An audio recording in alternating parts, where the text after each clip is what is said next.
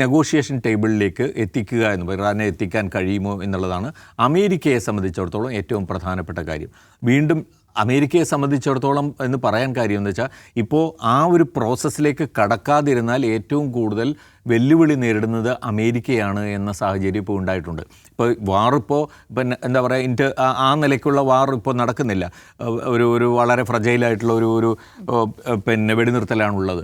പക്ഷേ ഏത് നിമിഷവും വാർ പുനരാരംഭിക്കും എന്ന് പറഞ്ഞ് അമേരിക്ക ഭീഷണിപ്പെടുത്തുന്നുണ്ടെങ്കിലും സത്യത്തിൽ അവരെ സംബന്ധിച്ചിടത്തോളമാണ് നഷ്ടപ്പെടാൻ ഏറെ ഉള്ളത് എന്നതാണ്.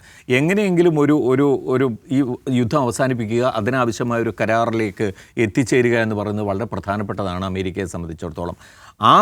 അതിന് എത്ര കണ്ട് ചൈനയ്ക്ക് മുൻകൈ എടുക്കാൻ കഴിയും എന്നുള്ള വലിയ ഒരു ആഗ്രഹവുമായിട്ട് തന്നെയാണ് ചൈനയിലേക്ക് ട്രംപ് പോകുന്നത് എന്ന് പറയാം. അപ്പോൾ അത് ചൈനയ്ക്ക് സാധിക്കും എന്ന് കരുതാനുള്ളൊരു പ്രധാനപ്പെട്ട കാരണം ഇതാണ്. ചൈനയും ഇറാനും തമ്മിലുള്ള ആ ബന്ധത്തിൻ്റെ സ്വഭാവമാണ്.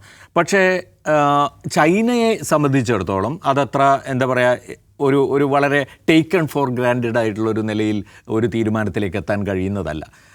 അവർക്ക് ഇറാനുമായിട്ടുള്ള അവരുടെ ബന്ധത്തിൽ ശരിയാണ്, ദീർഘകാലമായിട്ടുള്ള ആ ബന്ധത്തെ സംബന്ധിച്ചിടത്തോളം അവർക്ക് പിന്നെ മെച്ചങ്ങളേ ഉണ്ടായിട്ടുള്ളൂ. അവർക്ക് അവരുടെ ആ മെച്ചം അവർക്ക് എല്ലാ കാലത്തും നിലനിർത്തേണ്ടതുണ്ട്. അതിന് ഒരു കാരണവശാലും അതിനൊരു ഉലച്ചിൽ തട്ടാൻ പാടില്ല. അവരെ എന്താ പറയുക ഈ പറഞ്ഞ തരത്തിൽ നെഗോഷിയേഷൻ ടേബിളിൽ എത്തിക്കണമെങ്കിൽ അത് കേവലം പിന്നെ ഒരു ഭീഷണിയുടെയോ സമ്മർദ്ദത്തിൻ്റെയോ നിലയിലുള്ള ഒരു അപ്രോച്ച് ചൈനയ്ക്ക് എടുക്കാൻ കഴിയില്ല.